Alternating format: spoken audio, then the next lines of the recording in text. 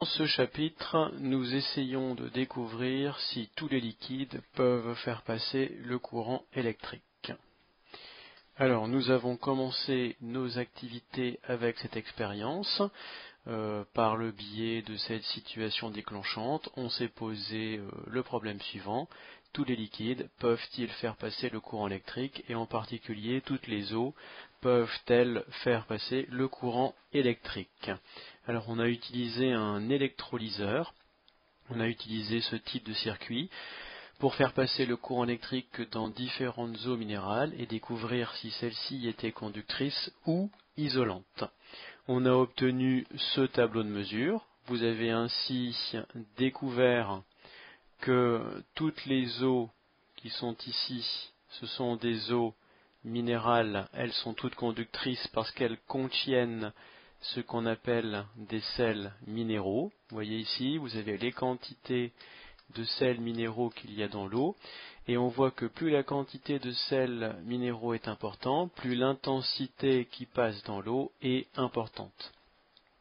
Nous avons ici l'eau distillée, qu'on appelle encore eau déminéralisée ou eau pure. On voit qu'elle est isolante, l'intensité est extrêmement faible, alors elle est isolante parce qu'il n'y a pas de sels minéraux dissous dans l'eau. Voilà, donc 0 mg par litre. On a testé aussi l'eau du robinet. L'eau du robinet fait passer 25 mA. Alors on peut facilement deviner quelle quantité de sels minéraux il y a dedans. Il suffit de comparer ici, 22 mA. Donc on doit être autour de 600 mg par litre de sels minéraux dans l'eau du robinet. Voilà, tout ça, ce sont des résultats du TP que vous avez réalisé en classe grâce à l'électrolyseur. Qu'est-ce qu'on en a conclu? Eh bien, on en a conclu que les liquides qui contiennent des sels minéraux sont conducteurs. Par contre, l'eau pure, qui ne contient pas de sels minéraux, elle est isolante. Alors, on a observé cette étiquette d'eau minérale et on voit pour la première fois au collège le mot ion. C'est la première fois que l'on prononce ce mot. En fait, les sels minéraux sont constitués de particules qu'on appelle des ions. Et ce sont les ions qui font passer le courant électrique dans l'eau. Alors là, vous avez les noms des différents ions, calcium, magnésium, sodium, potassium, bicarbonate, chlorure, sulfate et nitrate. Tout ça, ce sont les ions. On voit aussi la valeur d'une grandeur qu'on appelle le pH et qu'on utilisera, on exploitera cette valeur ici dans le prochain chapitre. Alors bon, on peut scanner tout un tas d'étiquettes différentes. À chaque fois, on voit que l'eau contient des sels minéraux différents. Et on s'est arrêté un petit moment sur cette nouvelle étiquette.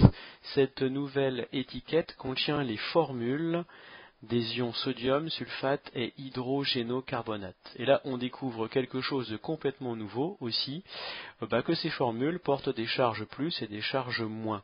On découvre ainsi que l'ion sodium, c'est l'atome Na qui porte une charge plus. On voit par exemple ici que l'ion sulfate, c'est une molécule qui porte 2 charges moins. On voit ici que l'ion hydrogénocarbonate, c'est aussi une molécule qui porte une charge moins. Ça, ce sont de nouveaux types de particules qu'on appelle les ions. La matière est constituée de 3 types de particules. La matière peut être constituée d'atomes ou de molécules. Et les troisièmes particules, ce sont les ions. Et il n'y en a pas d'autres. Quand vous irez au lycée, vous travaillerez toujours soit avec des atomes, soit des molécules, soit des ions.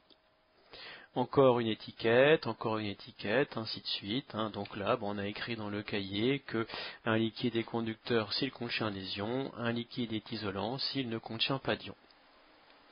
Alors on a fait aussi une deuxième expérience où on ajoutait du sel dans l'eau.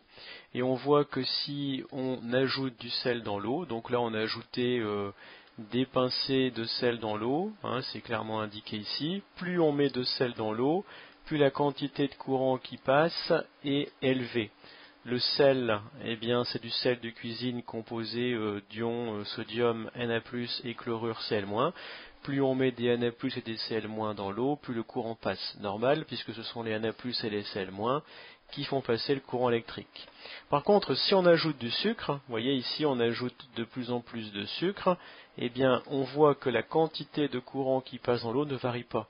Effectivement, le sucre est composé de molécules, C12H22O11, qu'on appelle encore saccharose, et les molécules, elles, ne font pas passer le courant électrique dans l'eau. Donc on voit clairement que si on ajoute des ions, l'eau est de plus en plus conductrice, mais si on ajoute des molécules, eh bien la quantité de courant qui passe dans l'eau ne varie quasiment pas. C'est tout à fait normal. Voici la courbe qui représente la quantité de courant qui passe dans l'eau en fonction du nombre de pincées de sel qu'on a ajouté. On voit clairement que l'intensité augmente.